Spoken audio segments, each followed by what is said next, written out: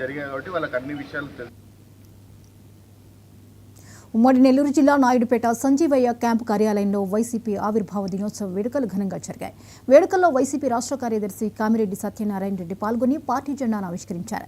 రానున్న ఎన్నికల్లో సమిష్టిగా కృషి చేసి పార్టీని అధికారంలోకి తీసుకొచ్చేందుకు కృషి చేస్తామన్నారు సత్యనారాయణ రెడ్డి.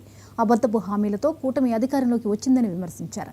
ఈ కార్యక్రమంలో జిల్లా మండల స్థాయి అధ్యక్షులు వైసీపీ కార్యకర్తలు పాల్గొన్నారు. 42% ఓట్లతో అందరికాడికి ప్రథమ స్థానంలో ఓటు శాతంలో జగన్మోహన్ రెడ్డి గారి నాయకత్వంలో వైఎస్ఆర్ కాంగ్రెస్ పార్టీ ఉంది. సీట్లు రాకపోయినా సీట్లు వచ్చినా జనంలో ఏకైక నాయకుడు జగన్మోహన్ రెడ్డి గారు.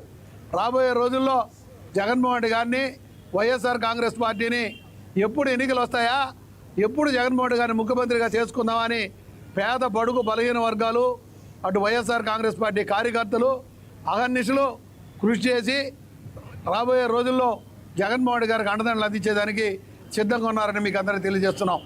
అదేవిధంగా ఈ పార్టీకి తొలిత నుంచి ఒక్క సీటుతో మొదలుపెట్టి ఇండియాలోనే అత్యధిక మెజార్టీతో 5 లక్షల చిల్లర ఓట్లతో గెలిచి ఎంపీగా ఏకైక వ్యక్తిగా పార్టీ స్థాపించి గెలిచిన వ్యక్తి జగన్మోహన్ రెడ్డి గారు.